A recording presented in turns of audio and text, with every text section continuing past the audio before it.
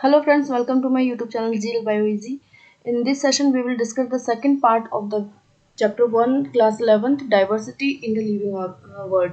हमने पहले वाले प्रीवियस वीडियो में डिस्कस किया था कि इसके व्हाट इज लिविंग ऑर्गेनिज्म, उसके कैरेक्टर, लिविंग ऑर्गेनिज्म के कैरेक्टर्स और उनके सिग्निफिकेंस, जो उनके जो मेन सिग्निफिकेंस कैरेक्टर्स होते हैं, उनके प्रॉपर्टीज जो होती हैं वो हमने डिस्कस की थी। इस वाले सेशन में हम डिस्कस करेंगे कि डाइवर्सिटी, जितने भी लिविंग ऑर्गेनिज्म में जो डाइवर्सिटी पाई जाती है, कि जैसे कि हम देखते हैं कि aves, reptilians, amphibians, different different kinds की प्रॉपर्टीज होती है, डिफरेंट डिफरेंट उनके कैरेक्टर्स होते हैं, तो उनमें डाइवर्सिटी जो होती है, कैसे उनको आइडेंटिफाई करते हैं, कैसे उनको क्लासिफाइड कैटेगराइज किया जाता है, ये वाला पार्ट जो है हम इस सेशन में डिस्कस करेंगे।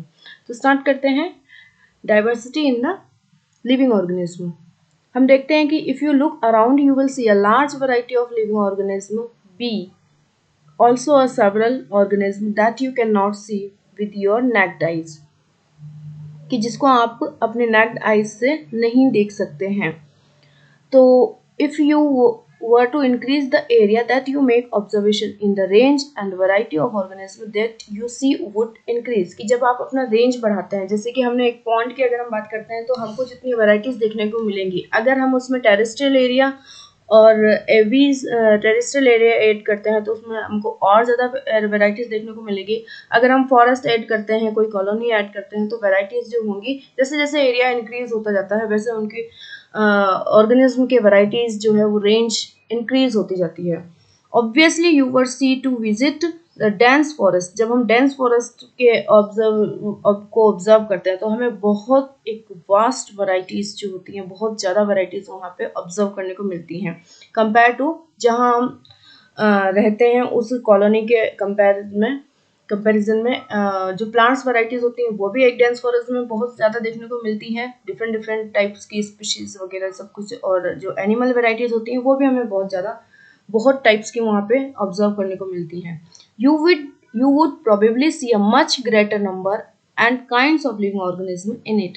Each different kinds of plants, animals or organisms that you see represents a species. आप जितने भी टाइप के एनिमल्स देखते हैं वो आपको वहाँ पे एनिमल्स जो हैं वो देखने को मिलते हैं। Represents a species,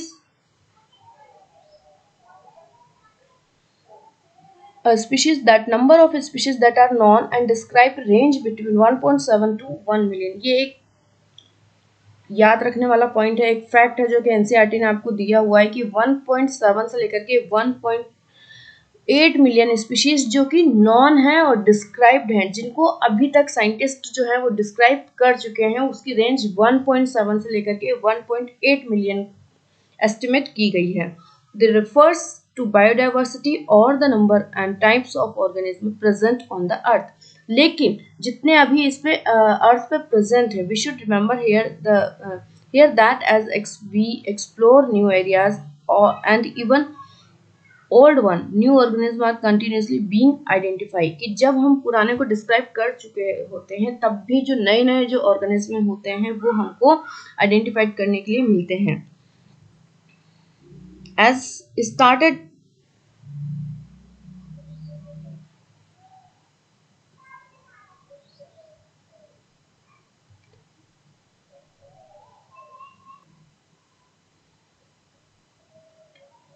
As stated earlier, there are millions of plants and animals in the world. We know the plants and animals in our own area by their local names, कि जैसे कि हम जो है हमारे लोकल एरिया में जितने भी हम प्लांट्स और एनिमल्स देखते हैं उनको लोकल नेम से जानते हैं, would vary from the place to place. उसको उस अदर एरियाज में, अदर प्लेसेस में उसी एनिमल या प्लांट को किसी और नाम से जाना जाएगा।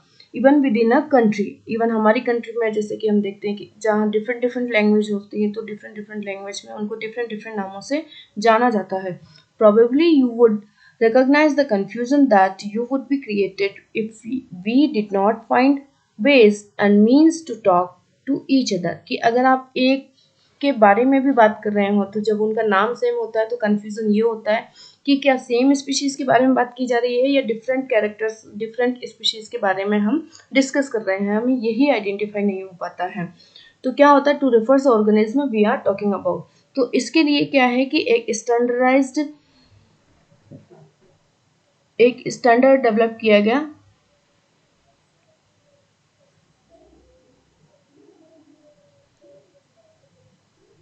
Hence, there is a need of standardize the naming of living organisms such that a particular organism is known by the same name all over the world. कि ताकि एक स्टैंडर्ड डेवलप किया गया, एक स्टैंडर्डाइज नेम उनको दिए गए ताकि पर्टिकुलर ऑर्गेनिज्म को ऑल ओवर द वर्ल्ड उसी नाम से जाना जाए. और इस प्रोसेस को क्या कहते हैं? नॉमेनक्लेचर. मीन्स एक स्टैंडर्ड नेम किसी एनिमल्स को आइडेंटिफाइड करके उसको एक स्टैंडर्ड नेम प्रोवाइड करना और मीन्स इंटरनेशनल लेवल पे ऑल ओवर द वर्ल्ड उस एनिमल को एक ही नेम नॉमेनक्लेचर में एक नेम देना, स्टैंडर्डाइज करना नॉमेनक्लेचर कहलाता है. ऑब्वियसली नॉमेनक्लेचर और naming is only possible when organism is described correctly. We know to what organism the name is attached to. तब हमें पता चलता है कि हम किस एनिमल के बारे में बात कर रहे हैं और हमको उसको आइडेंटिफाई करना इजी हो जाता है.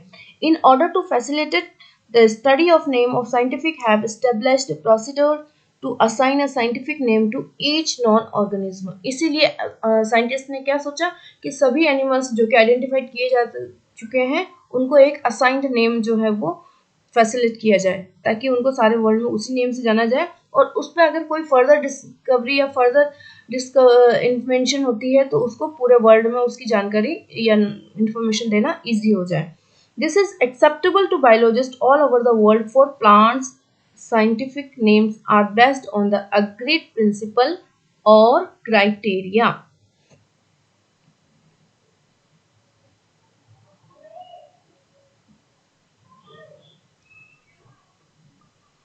Which are provided to International Code of Botanical Nomenclature. Means जब प्लांट्स को scientific name standard scientific name दिया गया तो उसके लिए एक कमिटी जो है वो है इंस्टीट्यूशन जो है वो है international code for botanical nomenclature ICBN. और जो कि एनिमल के लिए जो स्टैंडर्डाइज्ड इंस्टीट्यूट है वो है animal taxonomist have involved international code of zoological nomenclature is ICZN. That is full form is International Code for Zoological Nomenclature. The scientific names ensure that each organism has only one name. कि अब इसमें क्या standardise किया गया कि एक animal को एक ही नाम से जाना जाएगा. Description of any organism should enable the people if any part of the world to arrive the same name. They also ensure that such a name has not been used for any other non-organism. तो उसके बाद उस नाम को जब एक animal को वो नेम दे चुके हैं तो उसके बाद किसी भी अदर एनिमल को वो नाम नहीं दिया जाएगा. एक वो उसका एक पर्टिकुलर एनिमल का एक यूनिक नेम होगा जो सिर्फ उसी के लिए यूज होगा.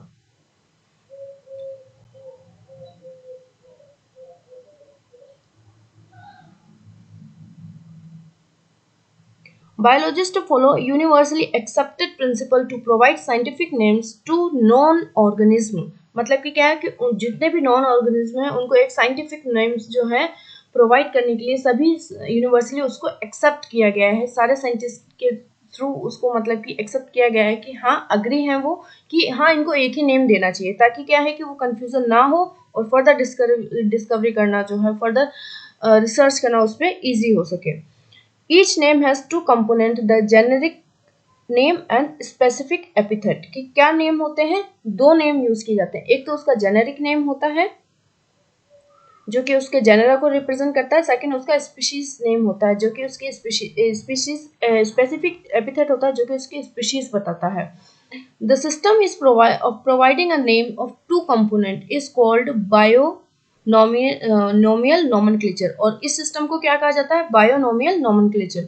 This naming system given by Carolus Linnaeus. किसने दिया था? ये बहुत ही इंपॉर्टेंट है.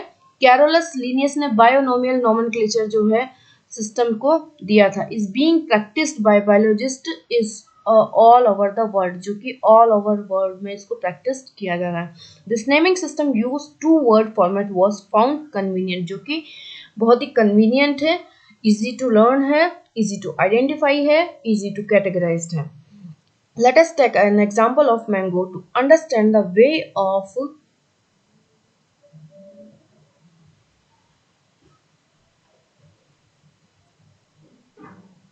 Providing scientific name better. The scientific name of mango is written Mangifera indica. Scientific name क्या है mango का? Mangifera indica. Let us see how is binomial nomenclature. Is the name of Mangifera represent genus. Mangifera क्या represent कर रहा है इसका? genus. कि ये किस genus से डिनोट कर रिलेट करता है. वाइल इंडिका, जो कि इंडिका जो है इज अ पर्टिकुलर स्पीशीज. ये क्या है? एक स्पेसिफिक एपिथेट है, स्पीशीज को डिनोट कर रहा है जो कि यूनिवर्सल रूल्स नोमेनक्लेचर को फॉलो करता है. अब यूनिवर्सल रूल्स हैं क्या, ये समझते हैं. तो फर्स्ट है हमारा यूनिवर्सल रूल जो है, फर्स्ट वाला देखिए कि biological names are generally in Latin written as italics. कि क्या होता है? नेम तो लैटिन लैंग्वेज से होते हैं और उनको इटैलिक फॉर्म में लिखा जाता है.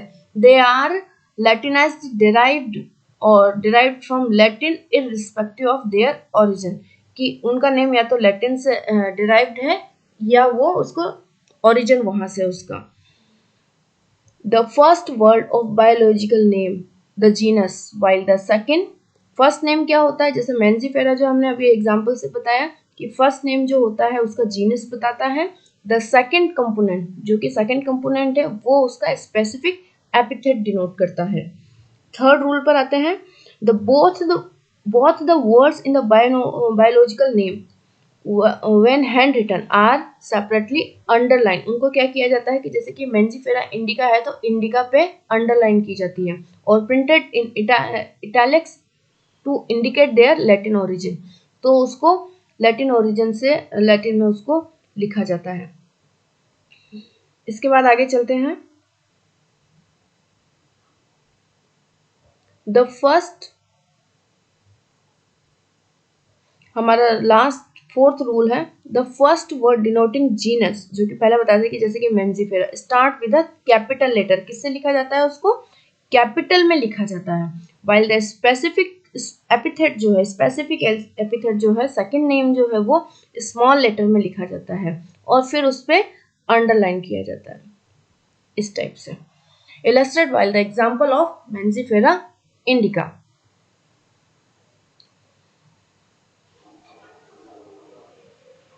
अब नेम ऑफ द ऑथर. अब जब बात करते हैं इसकी कि name of the author appears after the specific epithet at the end of biological name is written in an abbreviate form. जैसे कि क्या, जो साइंटिस्ट ने जिसने नाम दिया है स्पेसिफिक एपिथेट, जिसने उसको एब्रीवेट किया है, उसके नेम तो उस वैरायटी के साथ या फिर उस ऑर्गेनिज्म के साथ उस साइंटिस्ट का भी नेम को ऐड किया जाता है. जैसे कि मैंजीफेरा इंडिका किसने नेम दिया था? कैरोलस लिनियस ने. तो कैरोलस लिनियस का लिन जो है उसमें ऐड किया जाता है. It indicates that the species was first described bye Linnaeus. क्या डिनोट करता है ये? कि this species was first described bye Linnaeus. Since it is nearly impossible to study all the organism, it is necessary to devise some means to make this possible. This process is called classification. इस process को क्या कहा जाता है? Classification. Means सबको एक साथ उनको आइडेंटिफाई करना है, कैरेक्टराइज करना, कैटेगराइज करना इजी नहीं होता है, उनके कैरेक्टर्स को समझना इजी नहीं होता. तो उन्होंने क्या किया? इसको क्लासीफाई किया.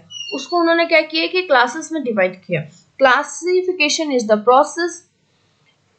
ये मेन डेफिनेशन है क्लासिफिकेशन की. Classification is the process by which anything is grouped into convenient categories based on some easily observable characters.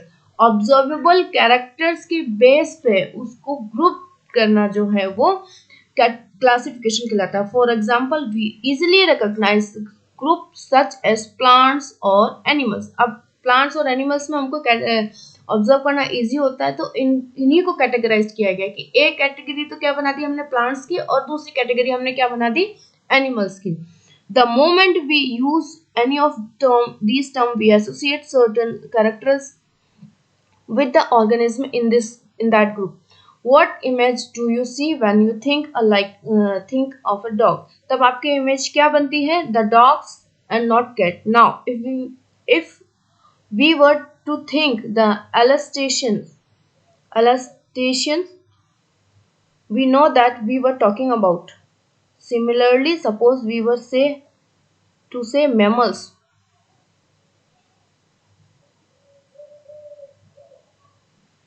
जब हम मैमल्स की बात करते हैं तो मैमल्स में आपको क्या समझ में आता है? You would of course you think of animals with external years और बॉडी हेयर, कि जैसे मैमल्स का नाम आता है तो मैमल्स से आप समझ जाते हैं कि इनके एक्सटर्नल ईयर होते हैं, बॉडी पर हेयर होते हैं. Likewise in the plants, if we try to talk about wheat, अब वीट की अगर बात करते हैं, in the picture of your our mind will be wheat plant, तो आपको क्या आएगा? Wheat plant, not rice. तब आप उसी के बारे में सोचेंगे. तो क्या होता है? Hence all dogs, cats, mammals. तो कैट्स और डॉग्स जो है वो क्या है? मैमल्स हैं. कि जैसे आपको मैमल्स का नाम आएगा ना, आपको याद आ जाएगा कि इनके है ना 4 लेग्स होते हैं और एक्सटर्नल ईयर होते हैं, बॉडी पर हेयर होते हैं. व्हीट, राइस की अगर बात करते हैं तो आपको प्लांट्स आएगा माइंड में कि हाँ ये एक प्लांट होते हैं.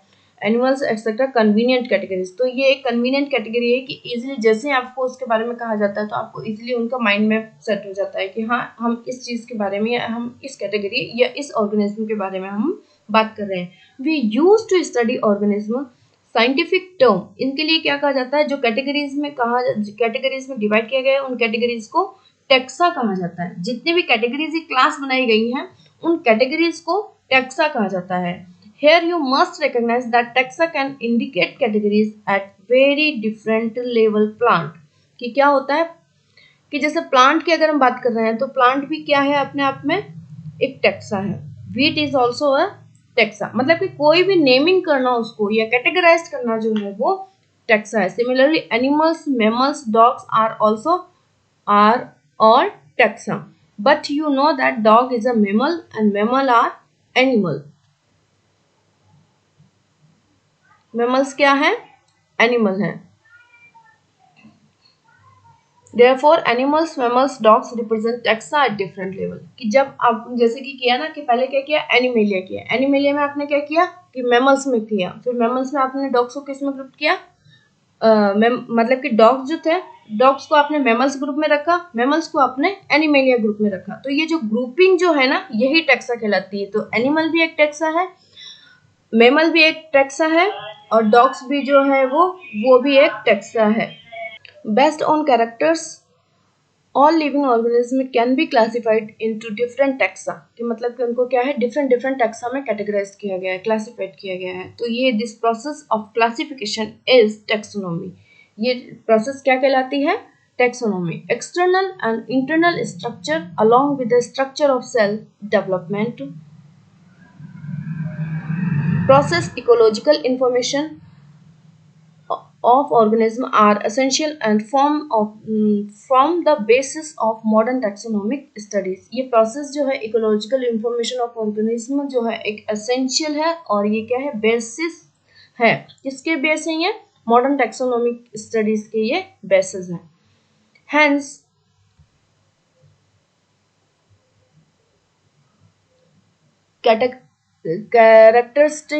characterization, identification, classification और nomenclature are the process that are basic of taxonomy. इसमें क्या किया जाता है? सबसे पहले तो क्या किया जाता है कि आइडेंटिफाई किया जाता है, फिर उसके कैरेक्टर्स को देखा जाता है, कैरेक्टर्स के बेस पे उसको क्लासिफाइड किया जाता है, क्लासिफाइड करने के बाद उसका नोमेनक्लेचर किया जाता है. तो ये सब क्या है? एक प्रोसेस है बेसिक, जो कि बेसिक है टैक्सोनॉमी के. Taxonomy is not something new. Human beings have also been interested in knowing more and more about the various kinds of organism, जो कि already वो well known था, particularly when the reference to their own use. In early days, human beings need to find source of their basic needs of food, clothing and shelter. Basic need क्या होती? Food, cloth and shelter. Hence, earliest classification पर based on the uses. तो पहले का classification किस पे बेस्ड था? उनके यूजेस पे बेस्ड था. Human beings were since long not only interested in knowing more about different kinds of organism, their diversities, but also the relationship among them. कि क्या था? उनके ऑर्गेनिज्म के जो इंटरेस्ट था ना उनका किसमें था? डिफरेंट काइंड्स के ऑर्गेनिज्म को जानने में और उनकी डाइवर्सिटी में और उनके आपस में, इन दोनों, एक तो जानना है उसको, उसके बारे में आइडेंटिफाई करना है, उनकी डाइवर्सिटीज को देखना है. इसके अलावा उनका आपस में क्या रिलेशनशिप है, मतलब कि वो कैसे एक दूसरे को बिलोंग करते हैं, ये भी उनको जानने में, मतलब इसके लिए भी वो क्यूरियस थे। The word systematic is derived from the Latin word systema। जो सिस्टम वर्ड, जो सिस्टमेटिक्स वर्ड आया है वो किससे आया है? सिस्टेमा से। अब सिस्टेमा क्या होता है? सिस्टेमा समझते हैं कि सिस्टेमा क्या होता है। Systematics is derived from the Latin word systema, which means systematic arrangement of organism. Linnaeus used systema nature as the title of publication। ये बहुत ही important है कि उनकी जो बुक थी ना, सिस्टेमा नेचर जो था, उनके पब्लिकेशन का टाइटल था लिनियस का, जो कि लिनियस ने अपनी बुक जो पब्लिश की थी, क्या नाम था उसका? सिस्टेमा nature. The scope of systematics was later enlarged to include identification, nomenclature and classification. क्या? पहले उसको आइडेंटिफाई करना, उसके कैरेक्टर्स देखना, फिर उसको नॉमनक्लेचर देना, उसको नाम देना, और फिर उसको क्लासिफिकेशन यानी कि उसको कैटेगरीज में ग्रुप कर देना। Systematics take into account of evolutionary relationship between organism. तो सिस्टमेटिक्स क्या करता है? इनको एक इवोल्यूशनरी रिलेशनशिप में उनको अकाउंट करता है, उनको ग्रुप करता है। यहाँ से हमारा ये वाला सेशन जो होता है वो स्टॉप करते हैं, और नेक्स्ट वाले चैप्टर में हम टेक्सोनोमिक कैटेगरीज और टेक्सोनोमिक एड्स जो हैं वो डिस्कस करते हैं। So thank you very much.